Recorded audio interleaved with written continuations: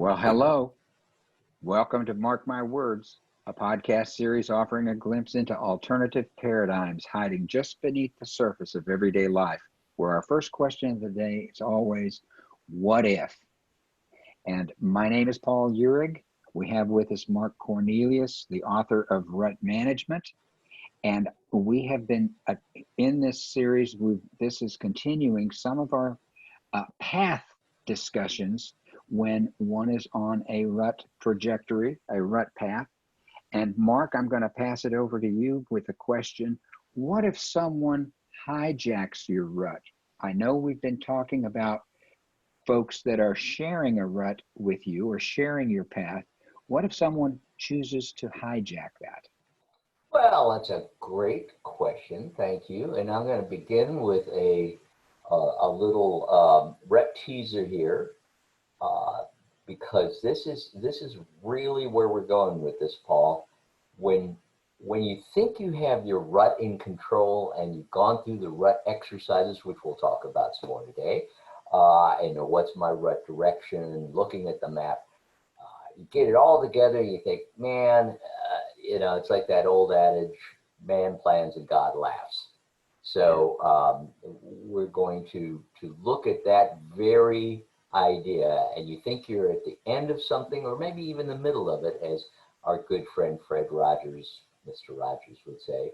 You're actually at the beginning of something else, and that's a teaser, because the question you asked sounds a little different. What if somebody hijacks a rut? Well, that means that's an interruption. That's a problem.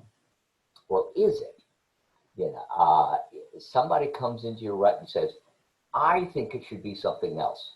You and I talked about an example the other day, and I'm just going to kind of share that in partial today of a friend who put out those all famous things that we all put out, a text message. Okay.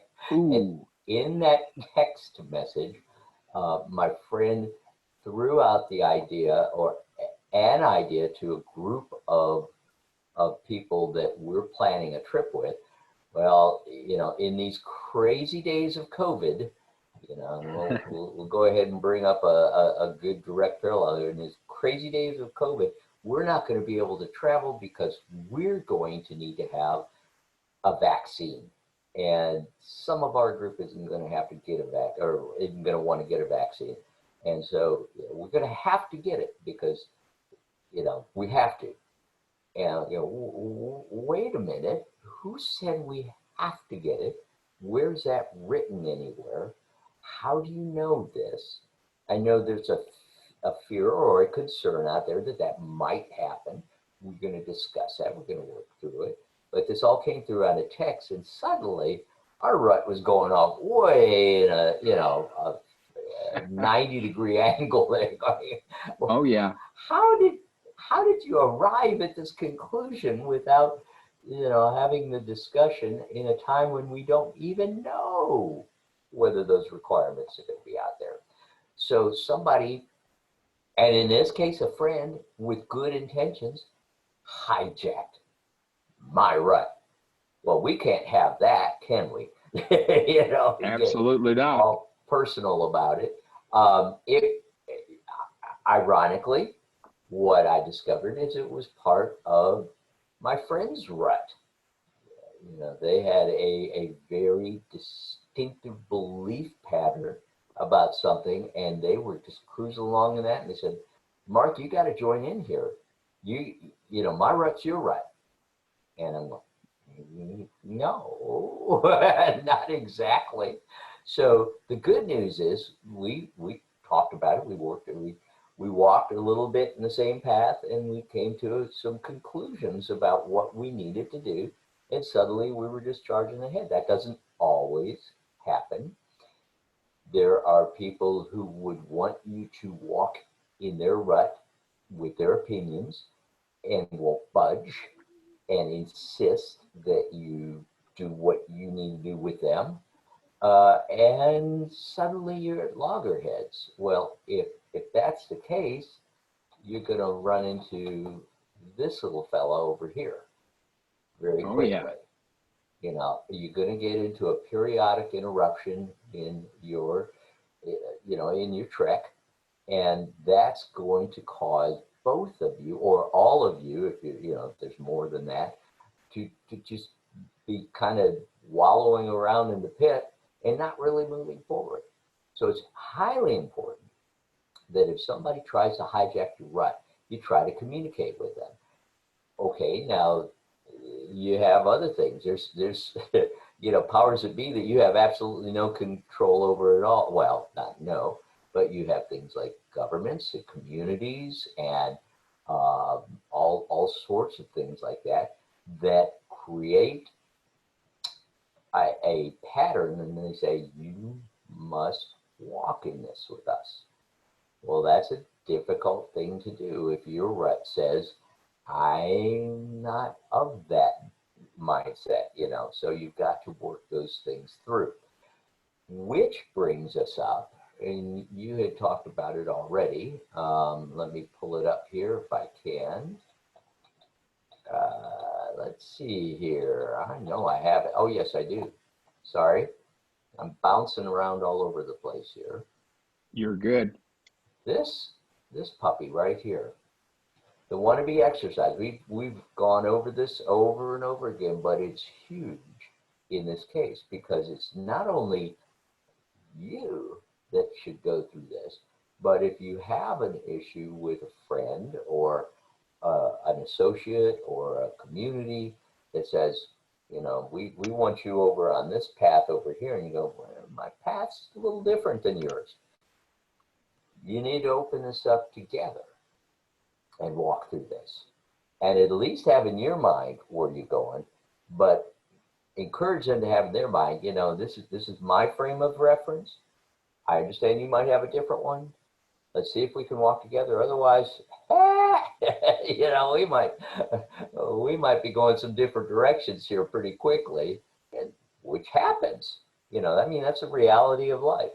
So don't get all bent. Don't get worked up about it. Also, be wary of. Remember, we talked about the trailblazer.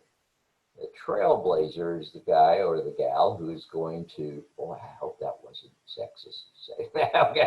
The people who are going to try to say, this is a whole new path altogether, and join me on this one. You may or you may not want to. You may not want to follow that path. The only way to find that out is to ask, what do I, let's talk about what I want to be. Where am I going? What do I want to do? Right now my wife and I are looking at a move to a far distant location. Wow. Talk about a new part of our rut. How does that work out? What's inspiring us to do that? What's the dream that caused that? Is it reality, or is it maybe just a fantasy that we thought, I'm not really wanting to do that, but it sounds nice, and those happen too. Be careful of that, because that can get you into a pit where all you're doing is dreaming all the time. Dream's no good unless you put feet to it.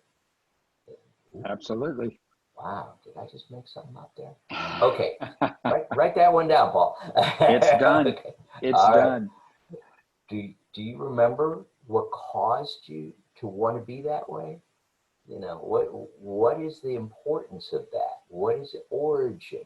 And that's very important, because just, if you're heading off on a rut, or other people are trying to get you to walk in a rut, say, well, why did I want to do that in the first place? Get that going. And then, when you look back, what was it that caused you to act it out, to take that first step? What was the incentive or the inspiration? Those are things that you need to know when somebody else asks you, well, I want you to join my rut or walk with me on this path. And it's just not, it just is not feasible or reality. Those are things you've got to explore up front. Otherwise, you're going to get into a place where you go, man, now I got to tell this person, I have no interest in what you're doing at all, and feelings are hurt, or disassociations, or all sorts of rough road is there. So you want to get out of the rough rut and into the smooth rut. And then make sure that you realize, how does it make you feel, and how did it make you, others around you, react when you did decide to go forward? Was it a smooth transition? Everyone went, yeah, we're all on board with this. Or were there people going, you shouldn't do that? Well, that's important to know. That's, for lack of a better term, cognitive dissonance is what people throw out there. It just, there's friction there. Friction is good.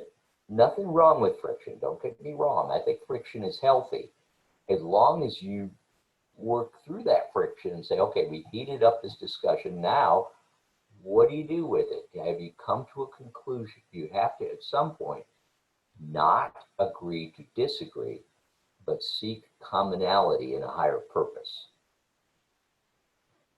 Gotcha. You're sparking all kinds of questions over here, Mark, especially about perception and assumptions. And starting back with that example that before you put this up, the example of your particular colleague that was asking about the vaccines and about restrictions, and you posed good questions back to her, and her assumption is that before you end up taking your trip, that there actually will be something in distribution that is a vaccine, plus minus whatever, and that actually regulations and rules, laws that will, for some of the travel, will already be in place. So there's a long line of things that in that person's assumption of what's going on, I guess maybe perhaps her perception of that is that all of this will be in place, and she might have to change her path. Am I correct in thinking that way? Or and all of those are perfectly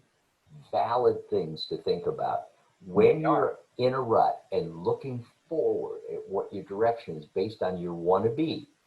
You've got to be ready to anticipate changes. Be what I call, I'm going to get into a spiritual term here, but you don't have to take it that way, a watchman. A watchman Absolutely. was put on a tower to look off into the horizon, to the unseen, with the knowledge that something is going to come over that horizon. Something is out there. It's going to come. Might be the sun. It might be the moon. It might be, the four horsemen of the apocalypse, for all we know. Or something great. I didn't want to make it a disparaging thing. So, but the trick there is not to worry so much about that, but to be prepared as best you can for that. So when my friend put out this text that said, this is what is going to happen, well, that's pretty prophetic. I don't know if that's going to happen. Do we need to be ready for that? Sure, we need to be ready for that. And we may need to make some hard decisions coming up. But to say, this is what's going to happen, then everyone's going, oh my God, let's cause a panic right now, and Absolutely. So there's ramifications there that everybody needs to explore. Rather than just making a decision, you need to be aware and be prepared. Absolutely. And that sometimes the assumptions can make us make decisions that we perhaps will find eventually undesirable. Oh, yeah. Or for that matter, we might make a decision prematurely and find out we never had to make it. That's very true. And I'm thinking that that's probably why on some of your questions in your wannabe exercise here, that when you go back and review some of these things of, well, now, wait a minute, what's my priority here? Exactly. What made me do, or not what made me, but what is still so exciting about this? And am I able to deal with this down the line and be prepared for it? Remember where we started off with this, Paul, speaking of a rut. What if a rut is a good thing? Absolutely. What if that path that you chose to take is actually going to keep you into a steady rate when high? Diana says hi. Hi, Diana. Um, what if it's going to keep you moving in a path, even when you have these distractions, even when you have these periodic interruptions, even if you have an interest in something else and say, what if I want to go that way? And then you explore that and go, no, I want to stay right here. Or, yeah, I want to create a new path It could be altogether. worth it. Yeah. Could be worth it. It's critical thinking at its best. So come on, thinkers, think. That's all we're saying here is think. Yeah, And, you bet. And it does take us right back down to Fred Rogers. Back when you're exactly. talking about, well, Oh, this you could mean be the this beginning. quote? There it That's is. Boy, you helped me get back there. Thank you. When you think you're at the end of something, you're actually at the beginning of something else. And that's what the rut helps you to determine. Are you are you actually at an arrival point where you say, I've got to change my rut, or do I stick with it until we get to something else that's better or higher? And it's Absolutely. always keeping that frame of mind. There's a higher purpose. And it's not just mine. It's not just Paul's. It's not just ours. It's a higher, greater thing that we're chasing after, and I believe that. So I have to walk my rut accordingly. Um, that being said, there are going to be people out there with opinions saying, you know what, I really don't care what you think, Mark. You know, and That's and true. you may be one of them, Paul. I don't know, but it's the, the truth of it is when somebody says that and they say their opinion is more valuable and more important than my opinion, we get into that sticky little pit called marginalization. Absolutely. And pretty soon you see the separation where people are starting to change the manner by which they communicate. And before we go any further with that, I think that's probably going to be our next episode, right, Mark? that that was the tease right there. We're going to talk about not only what happens when somebody hijacks your rut, but what happens if they try to marginalize you so your rut no longer exists. And there's So only one rut, their rut. that's right. That's very compelling, and it could be a very interesting scenario, as which, of course, I'm sure you'll be able to set up for us the next time we get together. Before we leave this conversation, though, the Mark My Words contact information is on the screen. Oh yeah, because there's so much to this, and want to hear from people. Would love to talk to you about this whole concept. If you disagree, even let's get that friction going, because that friction's good as long as we don't just end up agreeing to disagree. We need to find that higher purpose, higher cause together.